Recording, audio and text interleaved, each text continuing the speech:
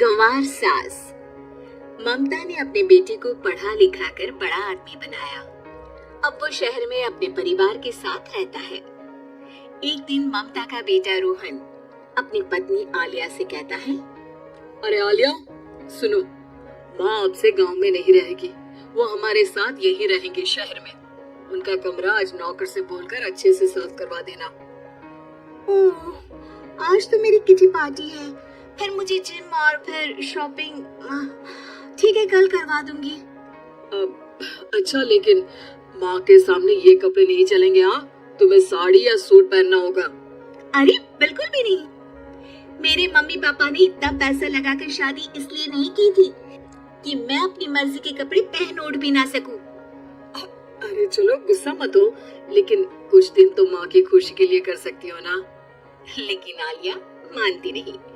माँ आती है सिंपल सी साड़ी, झोला और चप्पल पहनकर। अरे रोहन, मैं इनके साथ कैसे रहूंगी? मेरी फ्रेंड्स क्या कहेंगी?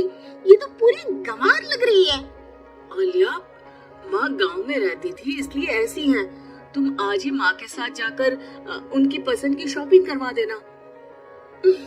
इनके साथ घर के अंदर रहना मुश्किल है, बाहर तो मैं कभी भी ना जाऊं।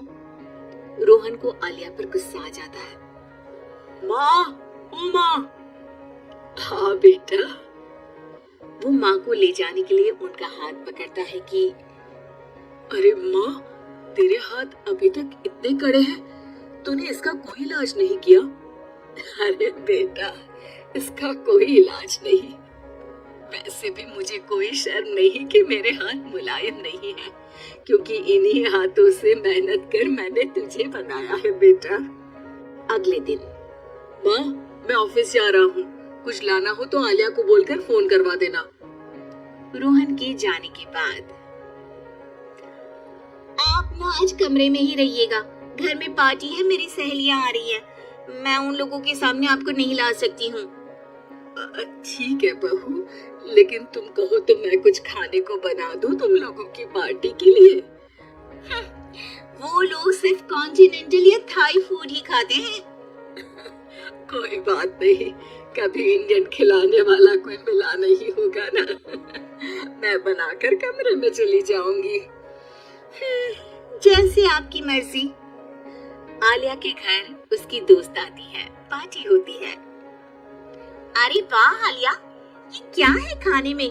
बड़ा ही स्वादिष्ट है यार, इसकी रेसिपी मुझे चाहिए। हाँ, और ये दाल, ओह माय गॉड, मैंने तो किसी 5 स्टार में भी ऐसी दाल नहीं खाई है यार, तो कुक को यहाँ बुलाना। अब आलिया घबरा जाती है। हाँ, हाँ, क्यों नहीं, माँ जी जरा बाहर आइए। आलिया की सास सिंपल सी साड़ी और गांव के अंदाज में आती है। अरे बहू, क्या हुआ? खाना पसंद नहीं आया क्या? बहू? अरे ये गांव से दिखने वाली औरत तुम्हें बहू क्यों बोल रही है? कौन है ये? वो हमारी नई नौकरानी है। सास बहू की बात सुनकर बहुत दुखी हो जाती है। वो सर झुकाकर जा ही रही होती है कि एक सहेली बोल पड़ती है। अरे कहाँ जा रही है माँ जी? वो उठकर उनके पैर छूती है। जीती रहो बेटा। क्या है ना, आपकी शक्ल बिल्कुल मेरी माँ जैसी है। पता है आलिया, मैं शहर पढ़ने आई और फिर शहरी हो गई, लेकिन मेरे माँ पापा तो आज भी गांव में रहते हैं, बिल्कुल इनके जैसी ही हैं।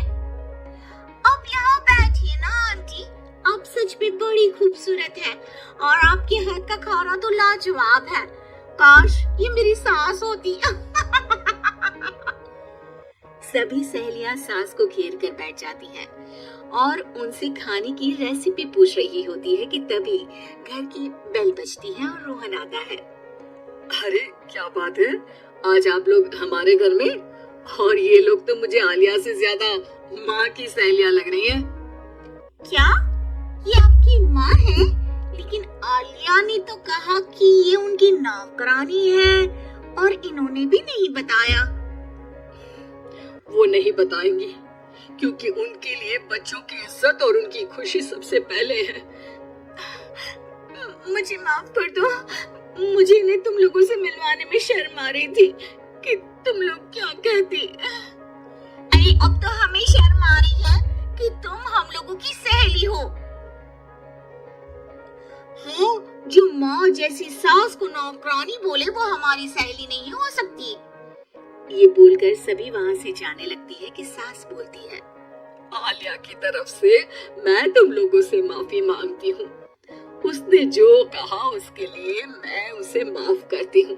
अब तुम लोग भी उसे माफ कर दो, क्योंकि अगर तुम लोगों ने उससे दोस्ती तोड़ी तो फिर मेरे हाथ का खाना कैसे खाओगी? नहीं नहीं आंटी, जरूर आएंगे, लेकिन अब आलिया की नहीं बल्कि